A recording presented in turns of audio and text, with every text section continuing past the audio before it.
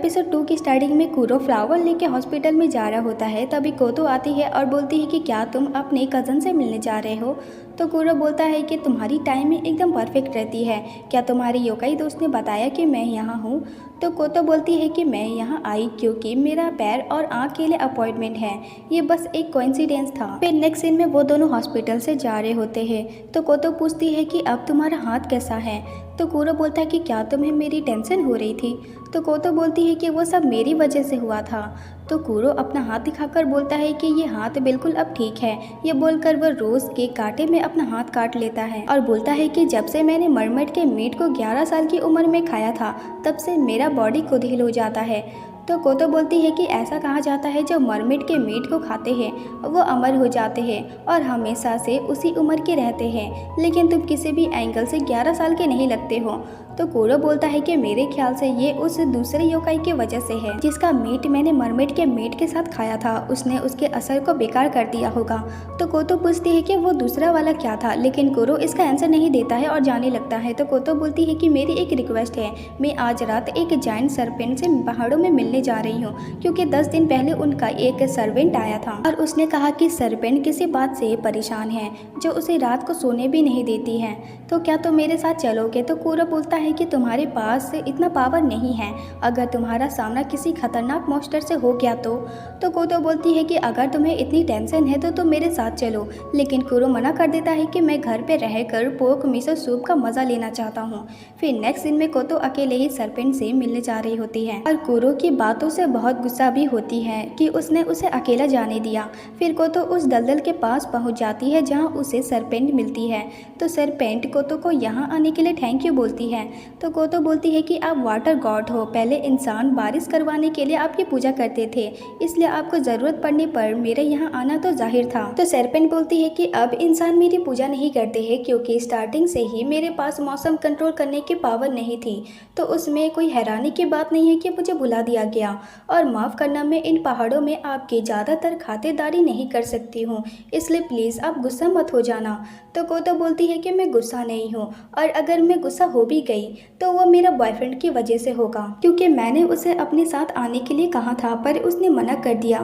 फिर हम देखते हैं कि कोतो सर्पेंट से मिलने से पहले कूरो के पास वापस गई थी और उसे एक बुक दिखाती है, तभी उसे सूप की स्मेल आती है तो वो घर के अंदर आ जाती है। तो कूरो बोलता है कि किसी के घर के अंदर ऐसे ही नहीं चले आते हैं और तुम पहाड़ों में ऐसे कपड़े पहन कर जाओगी, जिससे कोतो खुश होकर कूरो को अपना ड्रेस दिखाती है, पर कूरो कोतो को जबरदस्ती अपना जैकेट पहना देता है और कोतो पे कीड़े दूर करने वाला स्प्रे करता है, जिससे कोतो घर से बाहर निकल जाती है और कूरो पे गुस्सा करती है।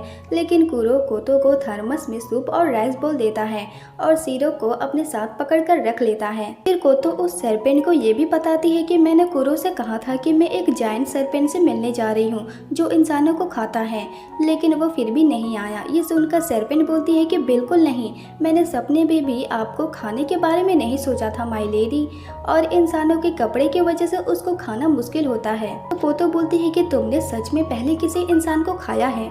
तो सर्पेंट बोलती है कि मैं ये तो नहीं कहूँगी कि मैंने नहीं खाया है, लेकिन इंसानों का टेस्ट अच्छा नहीं होता है, इसलिए अब मैं उन्हें नज़रअंदाज करती हूँ। वैसे आप इस थर्मस में अपना सूप लेकर आई है, तो क्या आपके बॉयफ्रेंड को भी अपना थर्मस लेकर खाना नहीं चाहिए था। ये सुनकर कोतो कंफ्यूज हो जाती है कि ये क्या बोल रही है। तो सर्पेंट बोलती है कि मेरा मतलब उसके पास शायद दूसरा थर्मस नहीं होगा। तभी वहाँ कूरो भी आ जाता है और हमें पता चलता है कि कूरो ने सीरो को अपने पास इसलिए रख लिया था ताकि वह बाद में कोतो को ढूंढ सके। और वहीं कोतो सर्पेंट को बोलती है कि अब दलदल में मिली लाश को लेकर टेंशन में थी ना। तो सर्पेंट बोलती है कि मैं समझ नहीं पाई कि वह लड़की मेरे दलदल में उस लाश को लेकर ठिकाने लगाने क्यों आई थी। मैं इस बात को अच्छे से समझना चाहती हूँ, तभी मुझे शांति मिलेगी। तो कोतो बोलती है कि करीब 2 मंथ पहले अप्रैल 23 को 2 हाइकर जो पहाड़ पर सब्जियां लेने आए थे, उन्हें दलदल में एक लाश मिलती है। क्योंकि उसके चेस्ट में तेज चाकू मारा गया था, इसलिए उसकी मौत को एक मर्डर कहा गया। हालांकि उसके बॉडी में उसका कोई मोबाइल फोन या आईडी नहीं मिला, लेकिन फिर भी कुछ दिनों बाद पुलिस ने उसकी आईडी ढूंढ निकाली। उसका नाम योशिहारा हीरो था, जो एक बड़ी कंस्ट्रक्शन फर्म के लिए काम करता था। फिर कुछ दिनों बाद एक 30 साल की औरत को सस्पेक्ट मानकर अरेस्ट कर लिया गया, जिसका नाम तनियो था। उसने पुलिस के सामने अपना क्राइम कबूल किया है, लेकिन फिर भी काफ़ी क्वेश्चंस के आंसर मिलना बाकी है, जिस पे वो अभी भी काम कर रहे हैं और ये केस जितना जल्दी ओपन ओपन हुआ उतना जल्दी बंद हो गया। मेरा मानना है कि उसने बॉडी को छुपाने के लिए दलदल में फेंक दिया था। तो सरपेंट बोलती है कि वो बॉडी छुपाने के लिए नहीं फेंकी गई थी, मैंने उसे वो बॉडी फेंकते टाइम देखा था। उस लेडी ने बॉडी पे कोई वजन नहीं रखा था जिससे बॉडी पानी में डूब जाती है, लेकिन बॉडी ऊपर आ गई और उसे जल्दी ढूंढ लिया गया। और उस टाइम मैंने उस लेडी को साफ साफ कहते हुए सुना था, उसने कहा था कि उम्मीद है कि वो तुम्हें जल्दी ढूंढ ले, और यही चीज़ मुझे समझ नहीं आ रहा है। तो कोतो बोलती है कि एक लेडी के लिए आधी रात में व्हील बैरो से बॉडी को पहाड़ में लाना काफ़ी मुश्किल हुआ होगा, और पुलिस को इस बात पर शक था। इसलिए उन्होंने उससे पूछा कि तुमने इस बॉडी को उस पहाड़ तक लाने में तकलीफ क्यों उठाई। और तब तनियो ने कहा कि उस दलदल में एक सरपेंट रहता है जो लोगों को खाता है, इसलिए मैंने उसे फेंका ताकि वो उसे खा ले। यह बयान काफ़ी बेमतलब का था, इसलिए इसे न्यूज़पेपर में छाप दिया गया।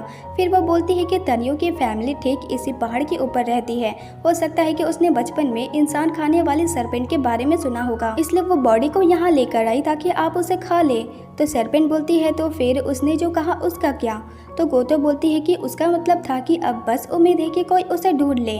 तो सरपेंट बोलती है कि अगर मुझे बॉडी मिल भी जाती तो इसकी कोई गारंटी नहीं होती कि मैं उसे खा लेती, क्योंकि अगर वो सच में बॉडी को ठिकाने लगाना चाहती तो वो ऐसा कहती कि उम्मीद है कि वो जल्दी से तुम्हें खा ले। और इसे एक और क्वेश्चन खड़ा होता है कि उसने झूठा बयान क्यों दिया। तो गोतो बोलती है कि ऐसा इसलिए हो सकता है कि वो बॉडी को दलदल में फेंकने की असली वजह को छुपा सके। फिर गोतो सारी डिटेल को ध्यान में रख कर बोलती है कि ये सब 5 साल पहले शुरू हुआ था। तनियो का एक बॉयफ्रेंड था जिसका नाम मच्छी था, लेकिन वो एक दूसरी लेडी के साथ मारा हुआ पाया गया जो उसकी कोवर्कर थी। देखने से ये डबल सुसाइड लग रहा था। मच्छी एक कंस्ट्रक्शन फर्म अकाउंटिंग डिपार्टमेंट में जॉब करता था, पर उसकी मौत के बाद से ये सच सामने आया कि उसने काफ़ी सारे पैसों का घोटाला किया है। मच्छी को पता चल गया था कि वो इस घोटाले वाले सच को छुपा नहीं सकता। फिर उसने उस लड़की को अपने साथ मरने के लिए मजबूर कर लिया। तनियो ये न्यूज़ सुनकर पूरी तरह टूट गई और यहाँ आ गई जहाँ उसका फैमिली होम था। और ये घटना अप्रैल 21 को हुई थी। उस दिन योशिहारा हीरो तनियो के घर आकर 5 साल पहले जो भी है उसके लिए माफ़ी मांगता है और बोलता है कि मैंने ही मच्छी को मारा था और मैंने ही उन पैसों का घोटाला किया था, और ये बात मच्छी और उस लेडी को पता चल गया था, इसलिए मैंने उन दोनों को मार दिया। और इन सब के बाद योशिहारा हीरो एक अच्छी लाइफ जी रहा था, पर इस साल की शुरुआत से ही उसके साथ घटना होने लगी। उसने अपने काम में बड़ी गलती कर दी थी और उसकी वाइफ और बच्चे भी एक्सीडेंट में मारे गए थे, और ऊपर से उसकी बॉडी से डॉक्टर को एक जानलेवा ट्यूमर भी मिला था। योशिहारा हीरो को लगा कि उसने जो भी गलत काम किया है उसे सजा मिल रही है, इसलिए वो माफ़ी मांगने आ गया। और तनियो ने मच्छी के छोटे भाई से कांटेक्ट किया था और वो उसे कह रहा था कि वो उसे जल्दी मिले, उसे 5 साल पहले जो भी हुआ उसके बारे में बात करनी है। लेकिन उस टाइम मच्छी का भाई बिजी था, इसलिए योशिहारा हीरो तनियो से पहले मिलने पर मजबूर हो गया। और जैसे ही इन्वेस्टिगेट शुरू हुई तो डबल सुसाइड और पैसे घोटाले का केस फिर से ओपन हुआ। तब तनियो ने कहा कि योशिहारा हीरो मेरे ही साइज का था और बीमारी के कारण उसका बॉडी सिकुड़ गया था, इसलिए मुझे उसे पहाड़ में ले जाने में कोई प्रॉब्लम नहीं हुई। फिर कोतो बोलती है कि अगले दिन अप्रैल 22 को भी दलदल के पास कोई नहीं गया था क्योंकि बारिश हो रही थी, इसलिए बॉडी 2 दिन बाद मिली। और तनियो को लगा कि सरपेंट वॉलेट और आईडी नहीं खाएगा, इसलिए तनियो ने आईडी को अपने घर में ही जला दिया और चाकू को दलदल में बॉडी के साथ फेंक दिया। तो सरपेंट बोलती है कि इसलिए पुलिस यहाँ अक्सर चाकू को ढूंढने आते हैं। तो कोतो बोलती कि क्या सस्पेक्ट ने बॉडी के साथ कुछ और भी फेंका था। तो सरपेंट बोलती है कि मुझे ठीक से पता नहीं है। तो कोतो खुद इमेजिन करके सॉल्यूशन निकालती है और बोलती है कि बॉडी को दलदल में फेंकने की एक सिंपल वजह रही होगी, क्योंकि ज़्यादातर ऐसे केस में असली खूनी को छुपाने के लिए किया जाता है।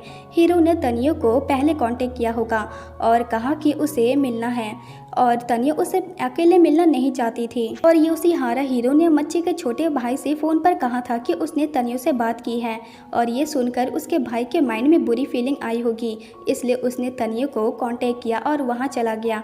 और उसका भाई मच्छी की मौत की बात सुनकर पगला गया और उसने उसे मार दिया, लेकिन उसके भाई का आगे का फ्यूचर था और तनियो की लाइफ तो बर्बाद हो गई थी, इसलिए उसने उसे बचाने का फैसला किया और बॉडी को दलदल में फेंकने का फैसला किया। ये करने की 3 वजह हो सकती है। पहला ये कि दलदल के पानी से खूनी के छोटे छोटे सुराग में मिट जाते। दूसरा ये कि पुलिस को असली खूनी का पता ही न चल पाता। तो सरपेंट बोलती है कि उसने ऐसा क्यों कहा कि उम्मीद है कि वो तुम्हें ढूंढ ले। तो कोतो बोलती है इसलिए तो मैंने 3 वजह कहा है। तनियो अपने घर से खूनी के हर एक निशान को मिटाने की कोशिश कर रही होगी, लेकिन घर के बाहर का क्या, इसलिए वो चाहती थी कि बारिश हो और सारे सबूत मिट जाए। ये सुनकर सरपेंट गुस्सा होकर बोलती है कि अगर उसे भेंट देनी थी तो कोई सुंदर सी प्यारी सी लड़की कुर्बानी देती। तो कोतो बोलती है कि वाटर गॉड से नॉर्मली 2 टाइप से प्रे किया जाता है। पहला ये कि वो सिंपल से प्रे करके बारिश करवाते थे और दूसरा आपका गुस्सा दिलाकर बारिश करवाते थे। तो सरपेंट बोलती है कि हाँ, मैं गुस्सा तो हुई थी और अगले दिन बारिश भी हुई थी। तो कोतो बोलती है कि इसलिए उसने ऐसा कहा कि उम्मीद है कि वो तुम्हें ढूंढ ले। तो सरपेंट बोलती है कि अगर ऐसा था तो वो ऐसा बोलती कि उम्मीद है कि वो जल्दी से बारिश करवा दे, या उम्मीद है कि जायंट सरपेंट गुस्सा हो जाए। तो कोतो बोलती है कि अगर कोई बाहर से कार से आया था तो किसी ने उसे देखा जरूर होगा।